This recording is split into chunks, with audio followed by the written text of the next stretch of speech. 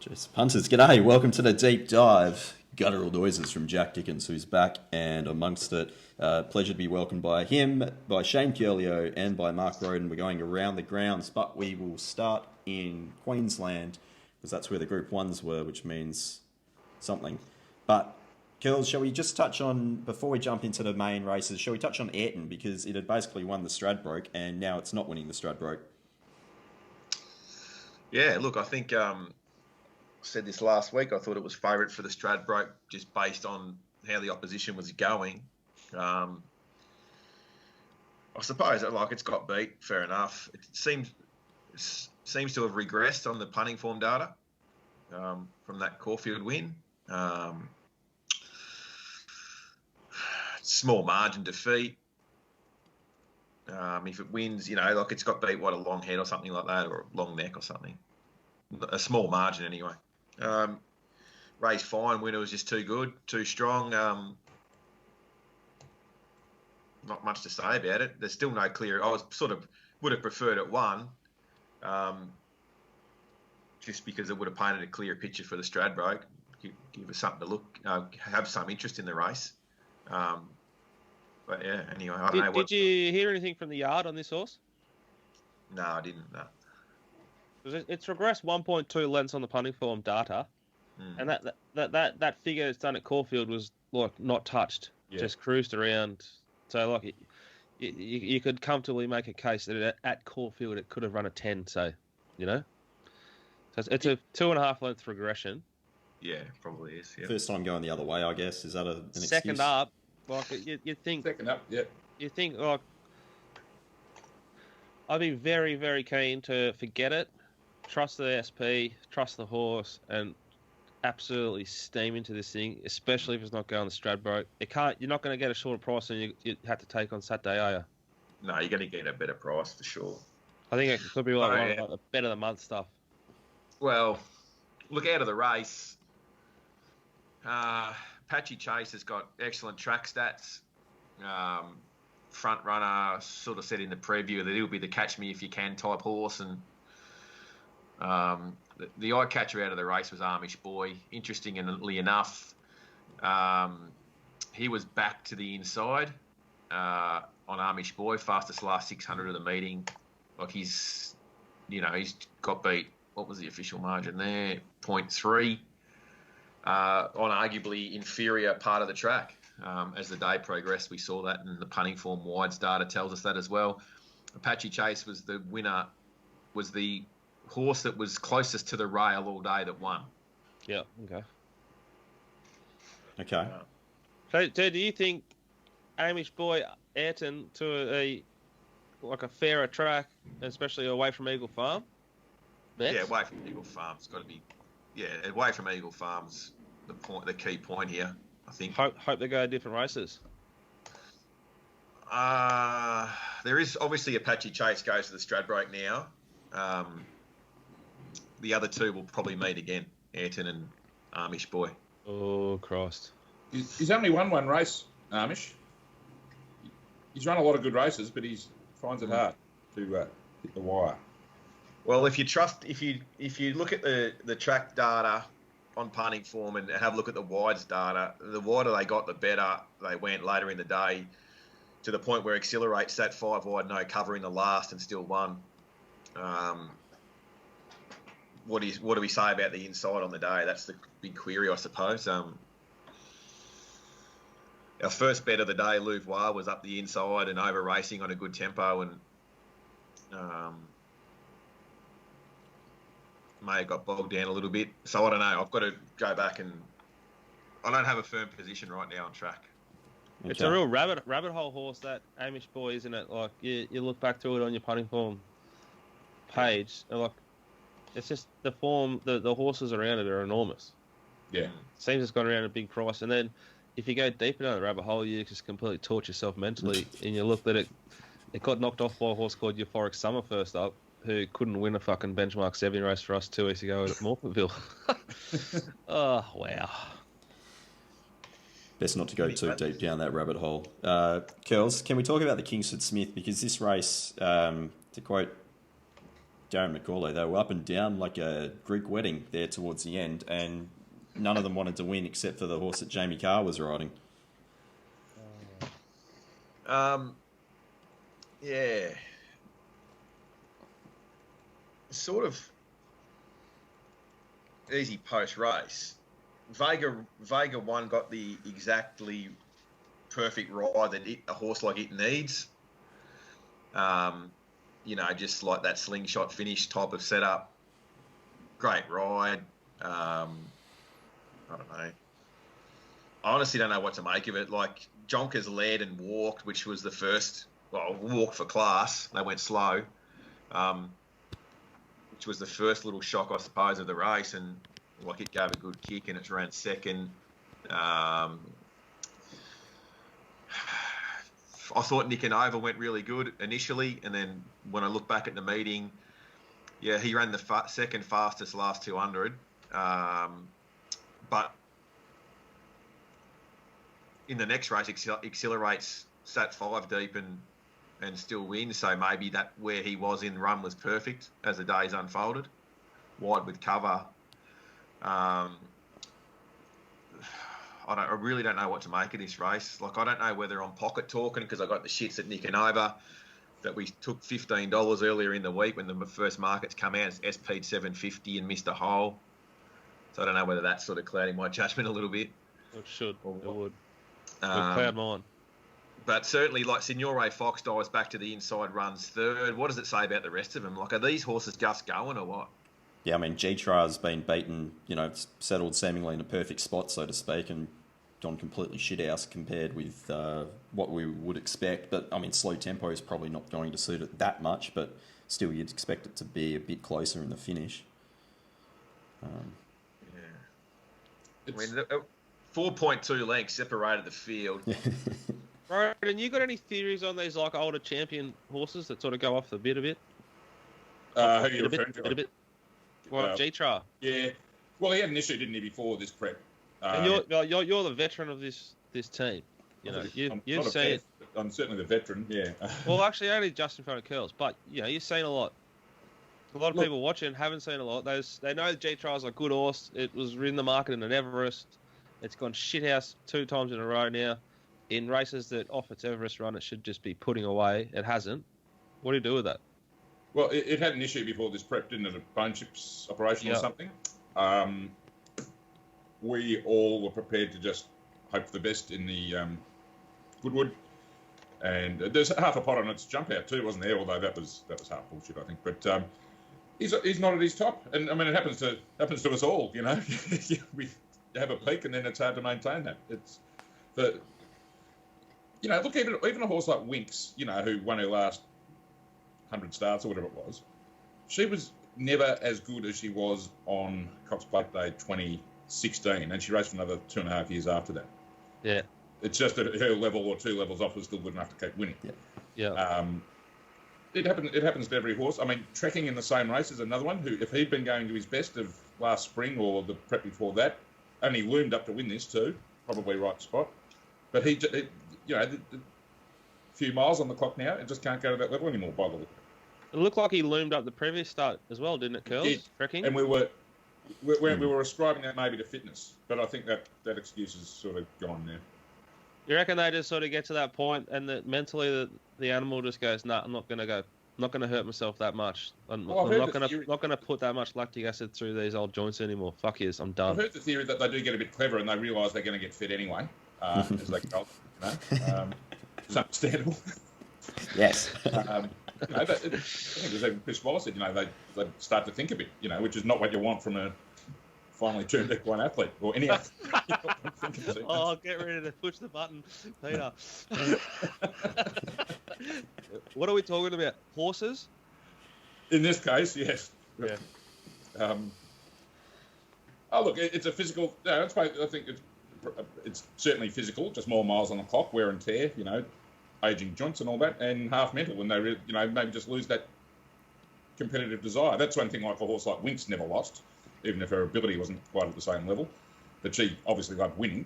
Yeah, that's that pack chaser mentality. That's like my yard stuff has all come from like my own experience, like a human being playing like shit level football. Yeah. You know, when you're young, Yeah. I could go for a run by myself, and I would just push and push and push. Yeah. Now if I go for a run, and I go, oh shit, Yeah. calf's a bit tight, or Yeah, so my heart's a bit tight. I might walk for 5. But if I see a bloke in front of me or behind me, I'll keep going. Yes. And then I'll probably tear that calf. But Yeah. as you get older, you think more. You're like, this isn't really worth it. Yeah. Okay, that was the Kingsford-Smith. What about the Derby, Curls? Are we saying that the first 2 across the line was suited how the track was playing? Explosive Jack was probably not? Or is that making excuses for a horse that, you know, was going for 4 derbies and, you know, might have had enough after a pretty reasonable year?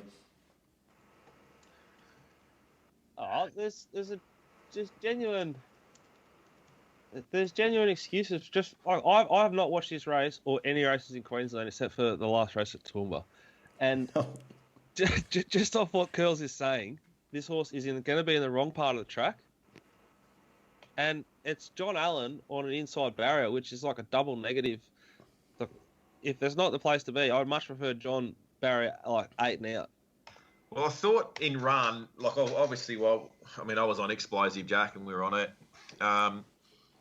When he settled fence rails in run with Senor Toba out directly outside him, I thought we were fingered. For those reasons that you just said, like, look, there was half a run there in the straight. He did come off, and there was half a run. He followed Budapest or some bullshit horse. Kukaracha was directly outside him, and then that Matt Dunn horse got in his way. Then the Waller horse got in his way. Kukaracha went outside the stablemate. Explosive Jack went back to the inside. That was about the 200. And then Explosive Jack goes back inside where no horse competed for the entire day. And he's been beaten a length. Yeah, I thought watching live that if he got to the outside of a cheetah, if he got that run, he'd probably just about get there. But he didn't. The interesting about Senor Toba, I mean, pretty sharp bit of riding from Bowman to get him into one off from the outside gate for a start. Yeah. But he's outside the favourite, and he did not take off around the field until he was absolutely certain that Explosive Jack was going to be stuck in traffic. It was the perfect ride. Yeah. He hit the front, mate. Oh, I thought he hit the front and was going to go on with it. And then and Kukaracha went with him the entire. I don't know whether the difference. Explosive Jack was stiff or not. It didn't have everything go its way in transit, but you know, it doesn't take much to stop any momentum over 2,500, 2,400. You know, like you only have to change. You only have to zig and zag and lose 1 or 2 strides momentum to make a big difference at that trip. Especially when you lose the momentum and you've then lost the passage to the fast lanes, and you've got to lose that momentum and steer into the slower lanes. Yep. I guess we'll see how many of these end up in Hong Kong for their 4-year-old season, because that's what the Queensland Derby's for. Exactly right.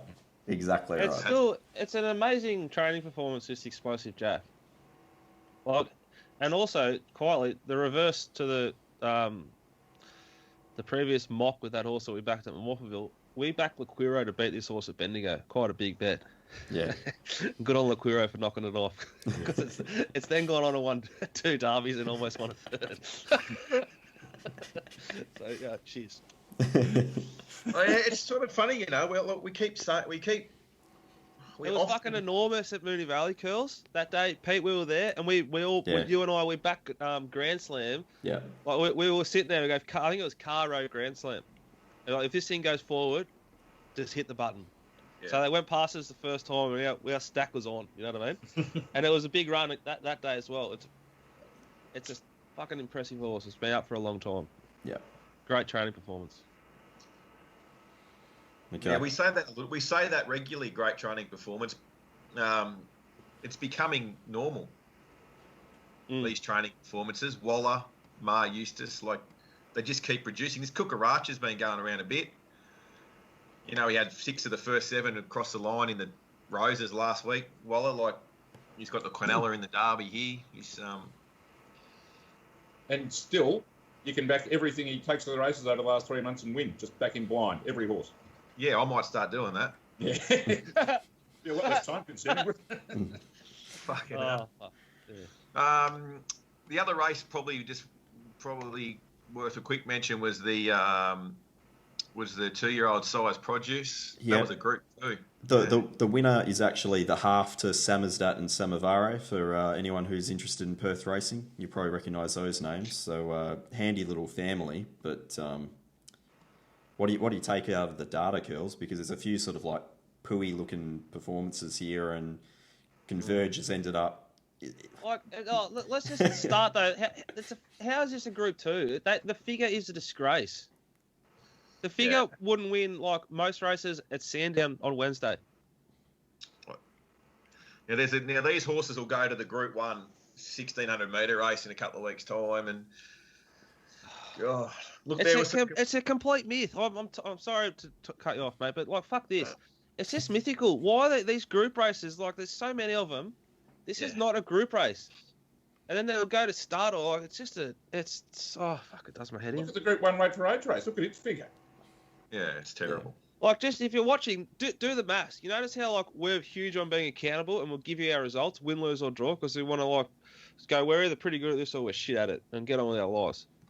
Find me a breeder or a trainer that goes, I've spent X amount on racehorses and returned you Y. You won't find any. Like that's ever happening. All over likes.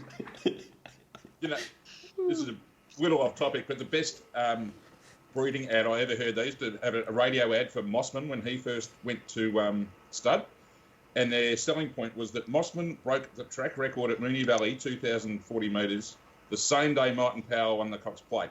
Now that's true, but he won in race 2, and Martin Power broke his record by about 3 seconds later that afternoon. That is the best ever. Look, I suppose out of this race, I don't know. Like Converge ran really well. Port Louis was synthetic hoof filler first time and ran really well. Been up a while too, hasn't it? Yeah, I don't know. Like Ranch Hand was shit. There's just there's so many horses in that race that were just going there hoping. Yeah. That they could run 1,400. It's just not even a race. I don't want to spend it. It's smart. If I owned one of them, that's what I'd be wanting to do. Because you don't have to be very fast. So what happened with Converge? Because obviously it's drawn widest. It's a horse that typically races on speed or has been in Sydney, and it's ended up basically last and flashed home. I mean, surely with a vaguely even track next start and half a barrier, roll forward, like hard to beat. Yeah. Wasn't it in A ground? I mean, yeah, but it's also defying against its own pattern. I mean, it's going from being a front runner to all of a sudden being last and having to keep finding. I mean, it's just... But if you review the race, Peter, you saying it's not suited or you're saying suited? I'm saying not suited. I'll have a look at the replay, but I'm guessing that Tim Clark has schnicked the thing from wide straight back to last. Yeah, fair. And also, having said all of what I just said, fucking Extreme Choice is going pretty good at stud. Oh. It is. Well, maybe send a mare to him. Mares. All right. I wouldn't discount the last race. I sort of half liked Madame Rouge's run back to the inside. It went to the Stradbroke last year and just got knocked off right on the line by Tyzone. Sort of anticipating it to be taking a similar path.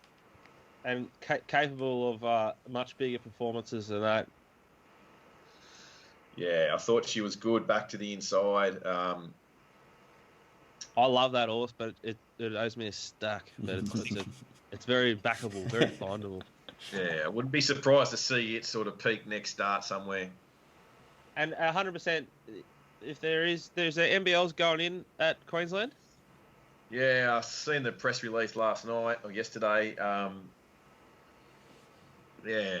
it'll be interesting. Madame Rouge, the perfect horse. They always go off about $10, $12, $15, and all of the early birds back it every time because it was a black book run every time as well. Yeah. So we'll see what happens here. It'll be interesting to follow the format of this meeting. Eagle Farm traditionally is a track where horses find it hard to find the line in quick time. Like finding a horse to break 12 seconds for its last furlong. It's a testing track, Eagle Farm. There was 3 horses that were vetted pre-race during the week from the RQ vets. And all of those 3 horses were past fit to run, and all 3 pulled up variable amounts of lameness post-race. So I don't know whether whether that's a reflection of the quality of the vets doing the testing, or the track, or the horses, or what. So there's always those little issues from Eagle Farm and horses pulling up a bit sore from the track. So. We'll just see. I should water it more. That's the solution. Yeah, 100 mils a week during the summer because it drains so well. Anyway, I'm still not firm either way on a decision on how I thought the track played. I'm just using the punting form data, and it says the wider the better as the day went on. So I'll leave it at that. I think that's all you can do sometimes. Just let the data hold your hand or guide you. Just come to the right conclusion. Let's skip down a little bit. Let's stop off at Randwick. Mark Rhoden, Gravina completely obliterated that field in race 5 over the last couple of 100 metres. Didn't it? What? I found it. Yep. I didn't think it was a certainty. I thought it was a real good chance at the price. It was $10 in first markets. It's run about $7-ish. I don't reckon you're any chance of getting NBLs anytime soon. The Darth Vader is extremely busy. Oh, I see. Yeah. Well, they're also trying to get people to bet through the tote with the bonus bets on the tote. They're referencing the tote markets are going to be coming in late. Mate, I think maybe next week, because we're not really that sort of organisation, but we could have a chat about all those takeover potentials and what's happening. Players might kick him out of the NRL, and then all of a sudden Rupert says, "Hey, mate, you can come and host from Melbourne." I would have thought Racing New South Wales participants would demand that their CEO do one job and one job properly, and that's to look after racing. Nah. Do they care? They don't. Yeah. Prize money. Well, they're paying down to 10th, significantly. So, what does it matter if you win or run second? I had a look at that the other day. Sorry to digress from New South Wales. We've stopped talking about Gravina. Sorry, Mark. There's a trainer in North Queensland, John Manson, and he must have about 100 in work because they pay the 10th in Queensland as well. Yeah. So he can take a truck to the races every week and run top 10 because there's only 10 in the race. I worked out there was $30,000 worth of prize money that he earned for the month with just horses that just went around without winning percentages for actually running a place or winning. Yeah. Good business model. It's an amazing sport, isn't it? Got to find an edge. It's the same in Victoria. Victoria pays to 10. Yeah. I think it's just the proportion. I think almost all states pay the 10th in some way, but should you be getting like a prize money that arguably should be going to first? I mean, I'm okay with people getting like their nomination fee back, so to speak, or enough to pay for transport costs. But geez, when you're getting a significant proportion of a winner's fee, it's. I was thinking about it yesterday because we backed one that had a barrier trial, and I reckon it's where I come up with the word snicked. Yeah. Because when you're playing cricket, you just snicked off. You just wasted an innings. You shouldn't have played at that. So the jockey jumps and just wastes it and snicks it back to life. I think that's what my little brain was doing. And they you see it all the time. That's why we're so big on show some intent, put into the race. Because why would you go and race at fucking Cranbourne in the dark for a trial when you can just go to Kyneton, jump out, go to the back and run on? They don't run any time really, and get paid. Jockey gets paid. You might get a proper jockey who gives you a better report. Yeah. Loads more information. Yeah. Snicking, I hate it. Anyway, Gravina. Back to Gravina. Gravina, yes. Like I said, I thought it was a good chance in the race at the price, but I wasn't expecting this. Two approaches here. Look, if that's the real Gravina now, he's a group horse. On figures, he's undoubtedly a group horse. I mean, he's returned a 10 on punting form. Vega One's won the Kingsford-Smith Cup in a 6.3 overall, so that just gives you some idea. And my figures line up with that too. I think he's gone absolutely enormous for this class of race. And he's taken a smother off not a breakneck speed, but, you know, he got a perfect run and he got the run at the right time. But he's come home in 11.2. That's group class acceleration as well, and group class racing style. On speed, but not necessarily a leader. You know, perch up, get the trail, push the button, go. The drawback, if there is one, is that he's had a bit of racing and he's never done that before.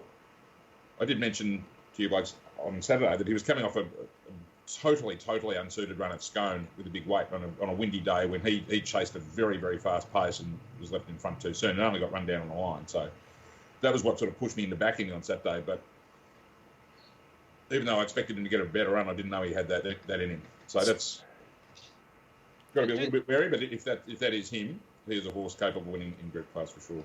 Well, everyone watching at home, and myself included, curls Rhoden. Breakdown for everyone on a good 4, good 3 track, say, around there. Like 11.2 to 12.2 seconds the last furlong. Curly, you just spoke about it. What's a measuring stick there? Like what's benchmark? What's really big? What's shit? Well, just in terms of a second, you know, a unit of time, the rule of thumb is a second is worth 6 lengths. So if, you know, on the same day, if one's coming home 11.1, like Gravina, and something's 12.1, that's 6 lengths faster in over 200 metres. Yeah. So that's your rule of thumb.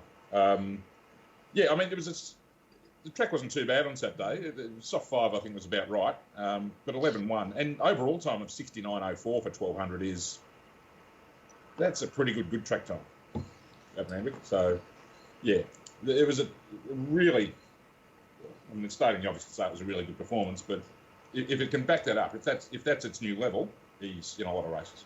So if a horse can run like a solid benchmark figure for the class, say, to the 600, and then run something sub like 11.5 last 200, pretty good horse. Well, that's your perfect sort of racehorse then. If it can be put into races, so front half of the field or first 3 or 4 ideally, and then accelerate off that, so you're going to win a lot of races. Isn't it funny, though, the last 2 starts, so we're taking the weekend and then also that race at Scone, very similar performance against the class benchmark on punting form style. Right. In fact, they're both negative 8.3. So, yeah, which is like, I don't have a clue about the 11 seconds, 12 seconds, 13. I don't even, and I never will, because I don't need to, because all I've ever used is punting form. Well, not all I've ever used, but the last sort of 4 years. And I just use their benchmark figures. Yeah. Which is an equivalent of like what's in Rhoden's experienced and deeply wise skull, noggin, melon. I'll tell you why I went to the unit of time measurement for this week, because just to the eye, I couldn't find any horses wanting to find the line. Yeah. At Eagle Farm. So I'm going back and have a look what Vega One did. Obviously, it was a fairly blistering, late finish, but you'd sort of have a look at what everyone else is doing, I suppose, on the day. I certainly don't use it as a measure. Yeah, it's only for a day. It's everything's relative to the day. But look, I mean, if just in back of the envelope figures, right? If you races up to say a mile or so, if a horse is coming home in 11, it's flown home. 12 is okay, and 12 and a half, 13 is shit house. Yeah. On a good track, so yeah.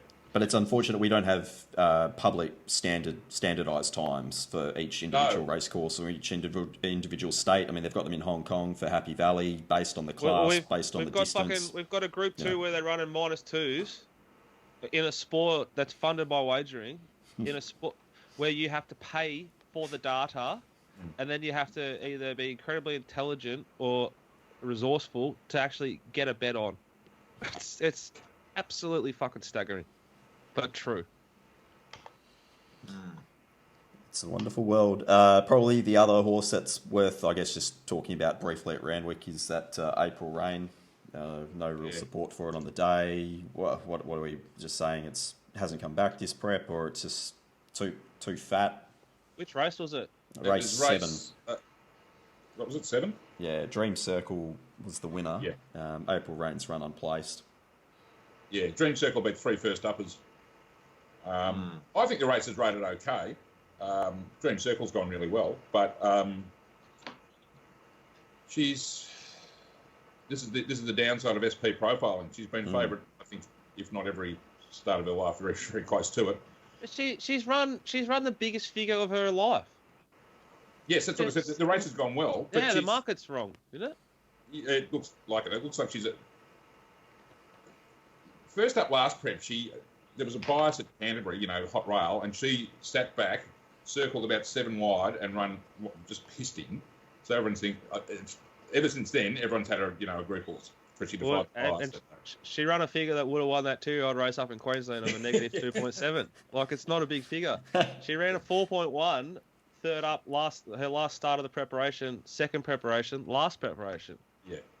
She went a 6.6 slow, which is a disgraceful time first up, and now 4.2, which is a PB by 0.1 of a length. Yeah. So in our database, me and my cousin Cam O'Brien's, we have a SP rating figure, and her SP figure for every start is above its performance figure, which is just tells you that it's generally overrated by the market.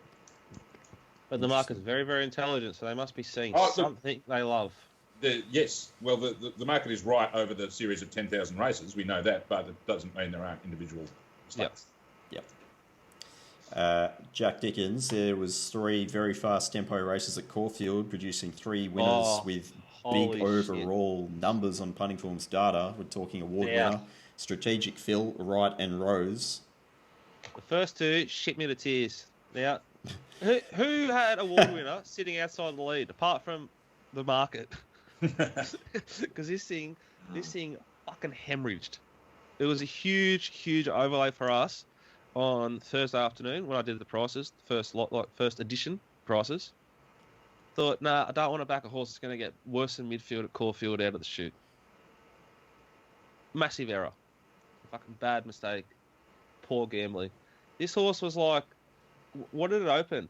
It opened like $21. It started $4.40, $4.60. Pissed in. The VOP flux were like $6.50 into $4.40. Yeah, and there was some big goes the tote early on Saturday too at Caulfield, which was spot on. But like, if you had the inkling or the note inside that this horse was going to be ridden positive, you would have taken. I'd marked it. I never do it, but actually this race, I think in the text I sent the price we had it. I marked it. I think it was $6.50. So I should have fucking bet at $21. It was a big mistake. But by the time the race came around, it was around $6.50. That was about 5 minutes out. Because I think I said to you guys, to our clients or customers, and I've got it about the market $6.50, which it was. It started $4.40, $4.50. So it's a huge go last 5 minutes on top of the bigger go. Huge performance. But the horse that made me the most ill on the weekend is this fucking Strategic Phil, which... So... Friday the week prior, my son got sent home from daycare because he didn't get sent home from daycare. We didn't take him because he caught hand, foot, and mouth from daycare. I then caught hand, foot, and mouth from my son. It is a very brutal thing to deal with as an adult, in my experience. It is not pleasant. It hurts. Curls would know. Rhoden, when you were training in the middle of winter and you stuck it out in the cold? And then you went inside, had a hot shower, and that burning sensation on your fingers. Yeah. That was my hands for a week. My throat cast. Went to the doctor on Saturday in between a race, just up the road and back, to get the clearance to get the son back to daycare. The only race I didn't watch live, but I listened. And Peter, how many times have we back fucking Strategic Phil? At least 4. Potentially even at Wangaratta, but we backed it. We definitely backed it at Warrnambool. Yep. Backed it another time where it's flown home and just missed. Backed it at Caulfield behind Aussie Nugget for sure. Yeah, if it just showed intent, it wins. I'm riding the bike because the kid gets car sick. I can't make all this up. This is not true. This is all true.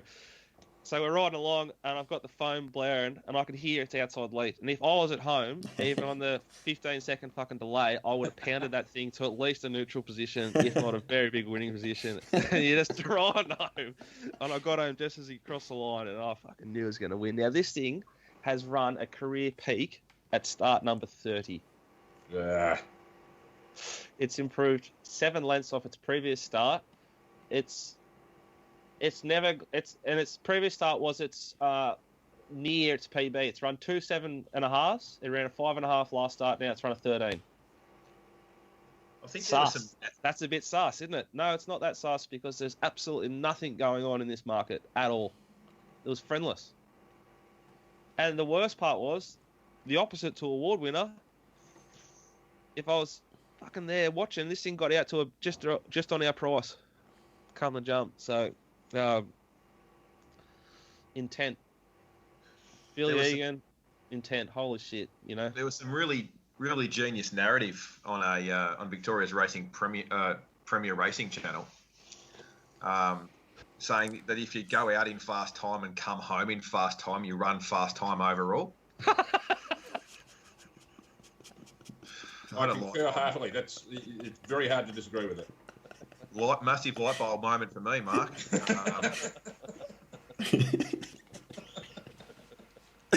But geez, they've run some time early there, haven't they? Yeah, just what'd they go? They went 13.2 to the 600 above.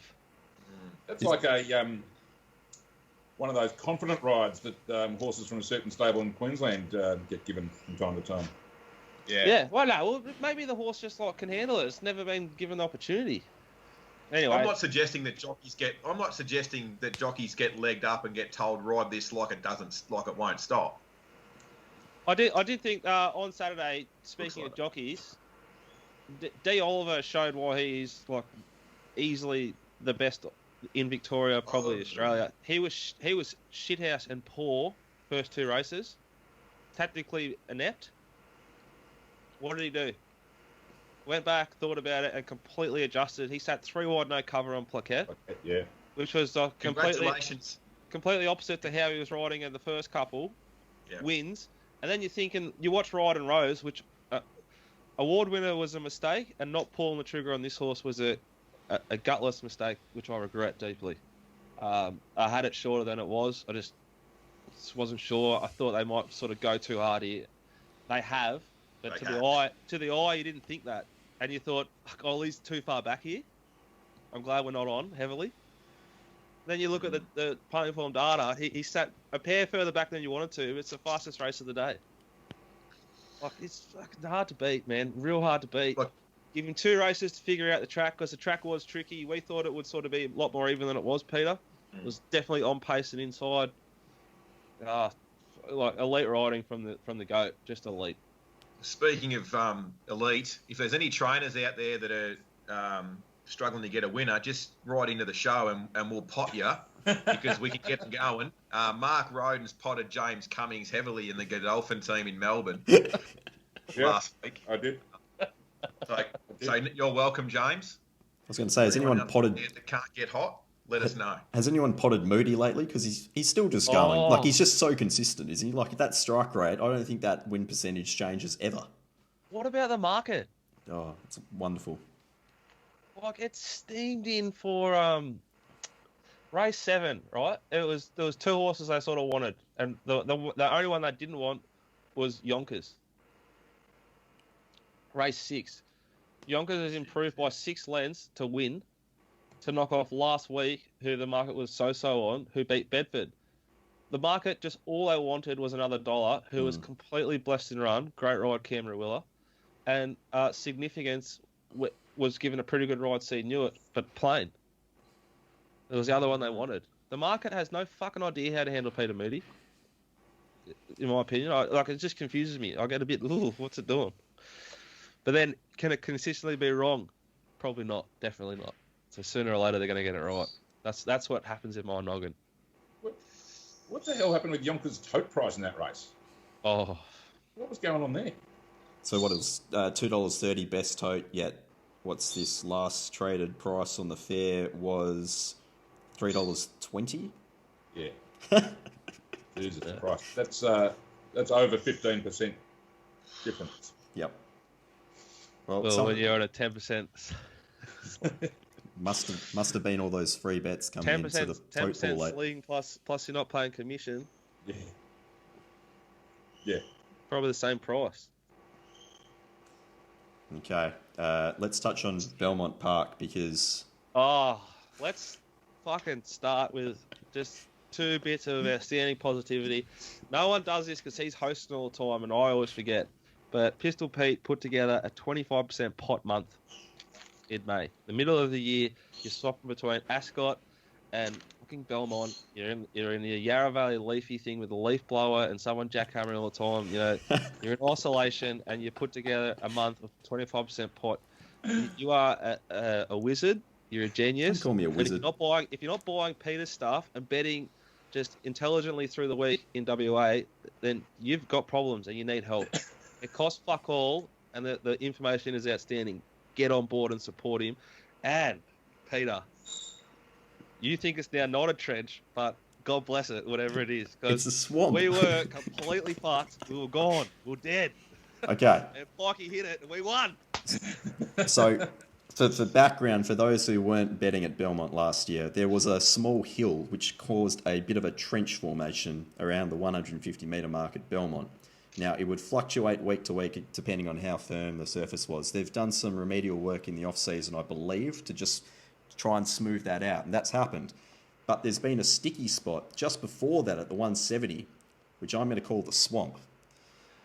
Now, it's about 20 metres by 20 metres. Chris Nation was describing this all on radio yesterday because, of course, when it's Bob Peters' horse that stumbles and loses the race in the last, the whole world blows up. If it was anyone else's horse, they would have been, it doesn't matter. But no, it was Bob's horse, Battlestorm, which arguably could have won. I'm not saying it definitely was going past the rodeo. Peter, if we were sitting at 200 betting in play, we would have taken $1.05. You would have gone bang, fucking bang. I'll take the lot. I would have backed Narodio. Was very strong over the last 200. I'll say that. What a ride! What a ride! I thought we were in a bit of trouble at the top of the straight. Yeah, sort of lost ground going into the corner. Anyway, this swamp apparently has been there for the best part of 4 years. It is worse when there is wet weather. They are obviously aware of it. They're going to try and do something to remedy that fact. But you just have to be wary of the fact that it's a winter track, and yes, there is going to be some little obstacles, so to speak. But it's not the trench. The trench did claim a victim in race 6 from memory. No, race 3 it was on opening day. It was I'm Eugene. It was along the inside. No one picked up on that. No one actually jumped up and down. But the horse is 20-1. Why would they? There was two victims. There was wrong colours, exactly. There was 2 victims of the swamp there on Saturday. There was no victims to the trench. The other victim was Lord Help Me Run, which we had a very, very small wager on. But if you watch the replay, you see it stumble at the 170. How many weeks in a row is this you winning the last race? 3 or 2? I'm not sure. I haven't got data on that. They're all blend into one. Well, if you're watching at home, you haven't got on board, you will now. Yeah. I like to double, sometimes triple press Peter's last play. It's my last bet of the night. And it goes good. I was double and tripling press because Narodio kept drifting. It was $3.20 in the morning. It's SP'd $5.30. When you sent it, it was $5 the fare. Yeah. So I doubled and tripled and just have more on. The more you have on, the more you win. The feature race was won by the Velvet King, who absolutely obliterated the Belmont Sprint Field. That horse has recorded a PB for WA. It obviously went across to Victoria. It was with Moody. Wasn't quite right. It's gone back to DMAC in Perth. And basically, if he gets anything remotely around a softish track in the Hyperion, it will win. Full stop. There you go.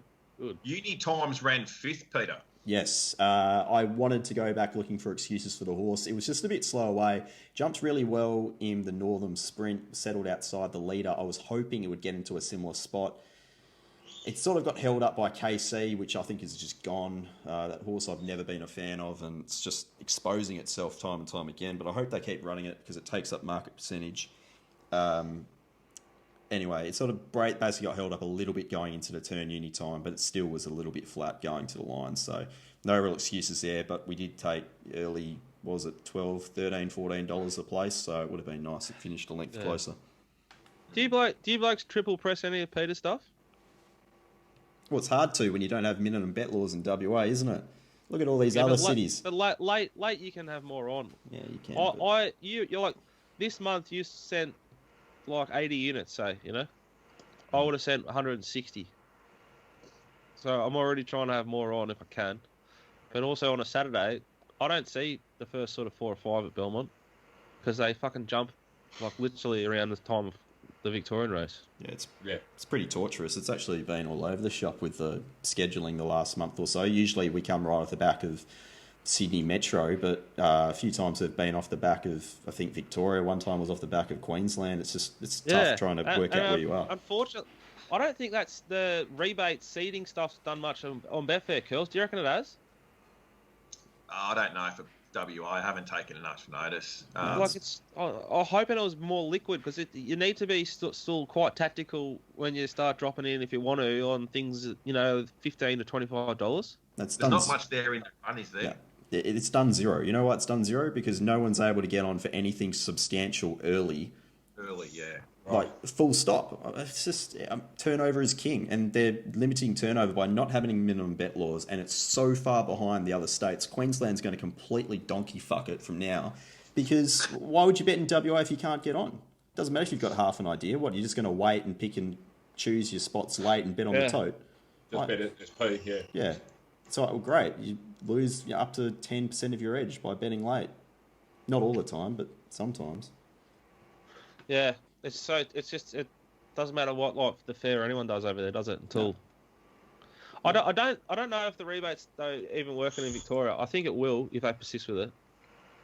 It'll be interesting. I'm not looking at the market like 8 minutes out, like when your stuff's coming through, and I'm trying to like just drop a little bit in, and going, I can just get a bit on there at that price. If you went on and tried to back a horse at 20 to 1.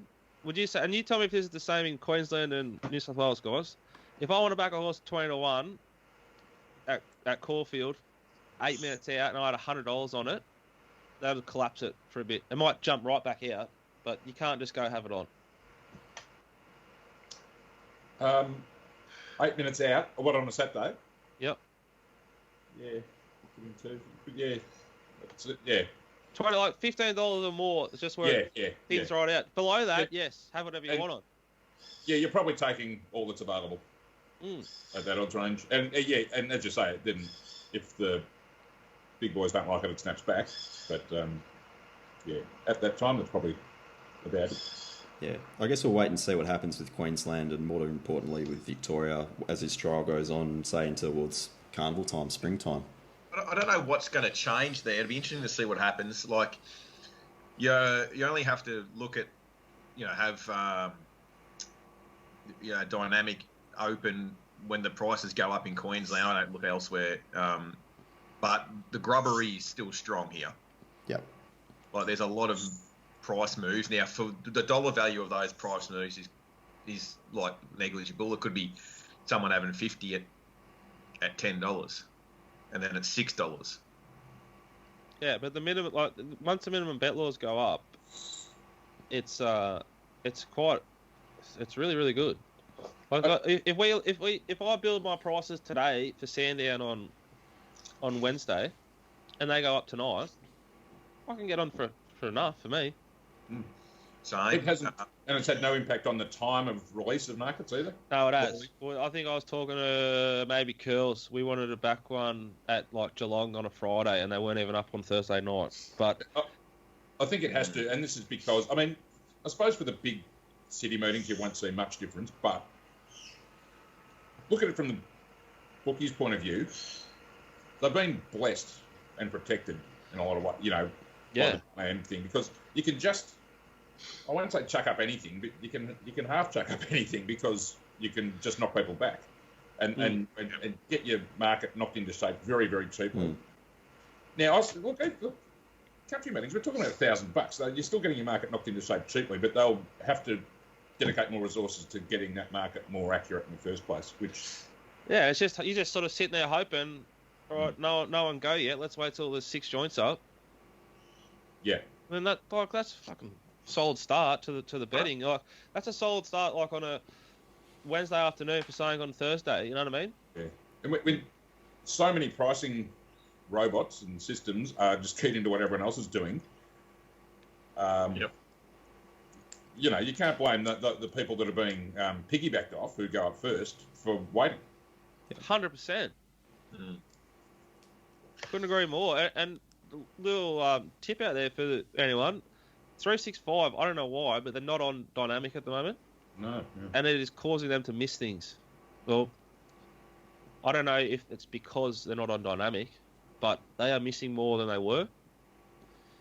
And you can sort of, it's great for us because we're trying to do 50 things at once, and you might miss something. You can just go and check on 365. Oh, they haven't changed yet. Boom. Yeah. We did it race 1 on Saturday at Caulfield. Yep. Have they been going up at a higher market percentage? No, not much. Yeah. That's also interesting. I thought that might be one of the flow-on effects is, you know, go up 135% or something like that as opposed to 130 and try and reduce your... But the game's not that easy, so as soon as one person starts going, they have to start changing it, you know what I mean? And they're not like, it's not just like the first bet's not the right bet every time. Yeah. You know, you've got your prices and you just see, oh, there's, you know, I'm $4 this thing, they've got it 8s. Let's go. Yeah. Because the best thing is that the flow on from what Mark's saying about how that not a lot of them don't do any work really, is that if one joint is $8 and that's an error, or like you think that's an error, every other joint's about $8. Yeah. It's not like one joint's $8 and they're going, no, well, we think we're right, and then like tab's $8, we think we're right, and Sportsbet's going, no, this thing's $5 chance, and we're going to go $5. Sportsbet's going to go $7.50. Yeah. And I'm going to say thank you. Oh, thank you. Yeah, like it's good. The less they think, the better for us, I think. Just like the horses and the footy players. Yeah, go on. This will be Mark's last sober deep dive, punters. An internal meeting and we needed Is that in the little bit tipsy. contract? Yeah, in the contract. Before going on shows. Right, okay. Yeah. You know I'm big on the contracts. I think for the NBL stuff for Queensland, it's going to change what I do because I'd sort of given up worrying about early prices. Yeah, but it's now I have to worry about them again. Yeah, it's the Victoria stuff coincided with me not giving a fuck about it and just going, nah, I can get on, so you need to figure out how to get on yourselves. And then the timing's perfect. It's such a better way to bet. I wish that they went up at a certain time so you could be. Oh, I've got to get my prices ready for Friday by 6 p.m. on Wednesday. One of the things I've noticed, probably, you know, I've been doing the mailbag stuff for over 12 months now. Even from when I first started punting, it was easier to be a grub and get on some early prices. Now, obviously with the mailbag and changing it a little bit, where, you know, 99% of my bets were sent after 9 a.m. race day. 100% were. Well, there's a couple of the odd bet was for the Saturday, the main metropolitan meeting Saturday. You know, I've sent a few early prices at like Thursday or something because it's accessible, it's tab, and you know you can bet cash or whatever else. Now with this NBL rule change, it'll certainly change how the service that I provide because like the bets will be coming out when the markets come out. Yep. Yeah, but it also like and adjusting on race day. It's a great way to bet. Like for us, we might have Jackson going to like Bendigo, and I've already spent 8 units or 10 units for us, and we're often in a really strong position versus the market. So he can then adjust slightly and pick it off. But you don't have to do that because the market's more volatile and there's more liquid in it and more movement. Like Saturday, our first bet for Caulfield, which could have been on Wednesday night, was Saturday about 11 o'clock, and I won 25 units or 15 units on Saturday. Yeah. You don't have to knock them off early. No, you don't have to, but award winner you should. But you also know from how we bet and the data that we use, you also have a very good idea of what the steamers will be. Yep. Yeah, I love that word, steamers. We should have a product called the steamer. The steamer. Don't say it, Peter. Speaking of steamers, Peter. Shall we talk about the week ahead? Oh. It's a glorious. It's a fucking glorious week in Victoria. I actually really happy about the lockdown. If it lasts a couple more, like just a few more days. I've had hand, foot, and mouth. I've missed nothing. It just lets me focus more on working. We've Yeah, got good. Sandown Wednesday, and I think Flemington Saturday. Like, what more could you ask for in Victoria in the middle of winter? Yeah. You going? Well, I won't be going to Sandown. I think we're locked down. Yeah, hopefully. But I have got a clearance from the doctor to say that I have survived hand, foot, and mouth, and am no longer contagious. I'll need to see that in writing, please. I've got to say, that was an inspirational performance from you last week, Jack. You've had hand, foot and mouth, a disease I thought had been eradicated. Oh, hang on. Well, you know why it hasn't? Fucking anti-vaxxers. Yes. Kids, you freaks. I shouldn't have set you off. I 100% agree with you, but I didn't want to set you off on that. You battled hand, foot and mouth. You found winners. You have the demands of a young and growing family, and you're maintaining that beard all at the same time. It's just phenomenal. And Darcy and I and the whole family sat on the couch last night and roared home the Swans who fucking over Carlton. Get that up here. that tall forward for Carlton's going to be a superstar. Mackay. Yeah. Got the yips, bit, but he's he clunked him. Yeah, big lad. Okay. Meanwhile, in Sydney, we've got Week ahead. Sorry, yeah. Warwick Farm Wednesday. It's been a day for diversions. Wyong Thursday, Newcastle Rose Hill Saturday. Mark Rhoden, just a standard week, isn't it? Yeah, this is the lightest week. Well, I think last 3 weeks we've had Tuesday provincials, but there isn't one this week. So, just Wednesday, Thursday, Saturday, which is fine, and plenty of time to get ready for Wednesday.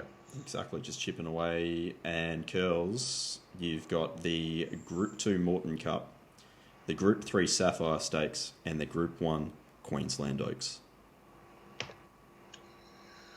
Yeah, hopefully we get some rain. It gets washed out. If not, we'll be betting at Doomben Wednesday. Yeah. What about I just remember saying I got Sunday. I got a text message from a mate about you, Kels. Said, you probably have to cut this, Peter. He goes, didn't Betfair fuck you blokes?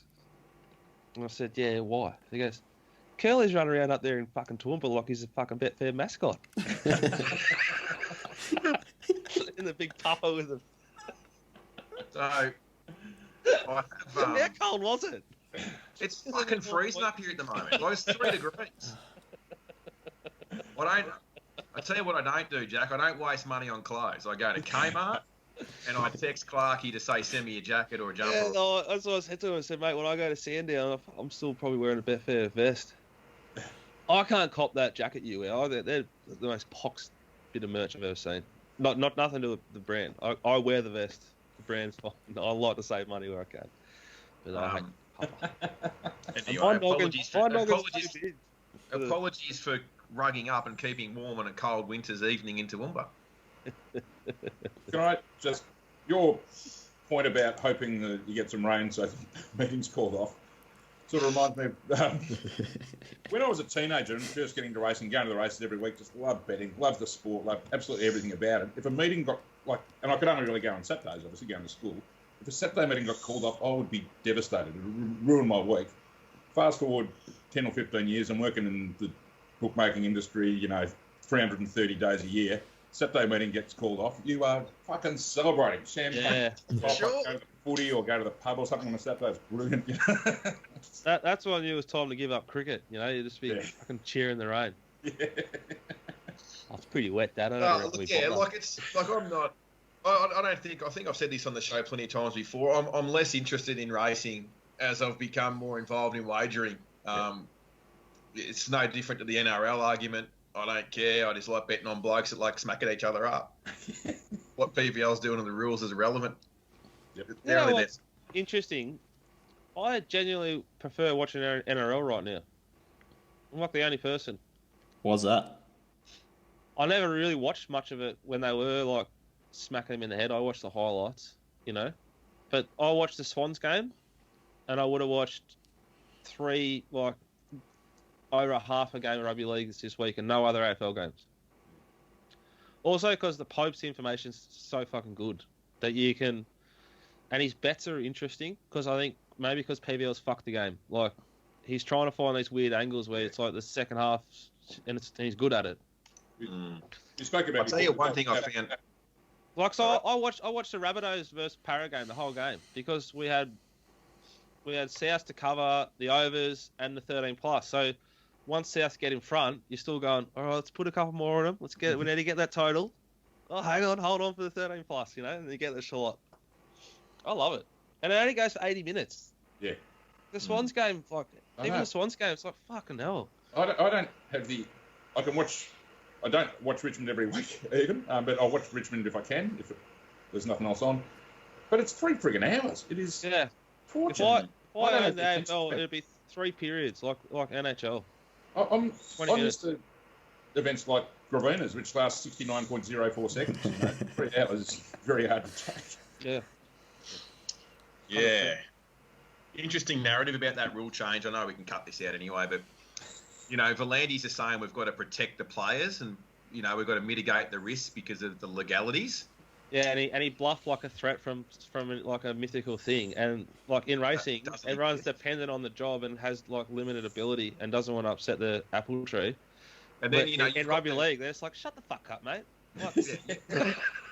So you've got the PVL supporters cheering him on, mainly the ones that are employed by the media agencies who PVL pays shitloads of advertising dollars to. Yeah. Talking about, need to look after the participants because, and then I've read on Twitter someone retorted to that saying, well, what about the racing industry? Like, is there a more fucking dangerous industry or profession?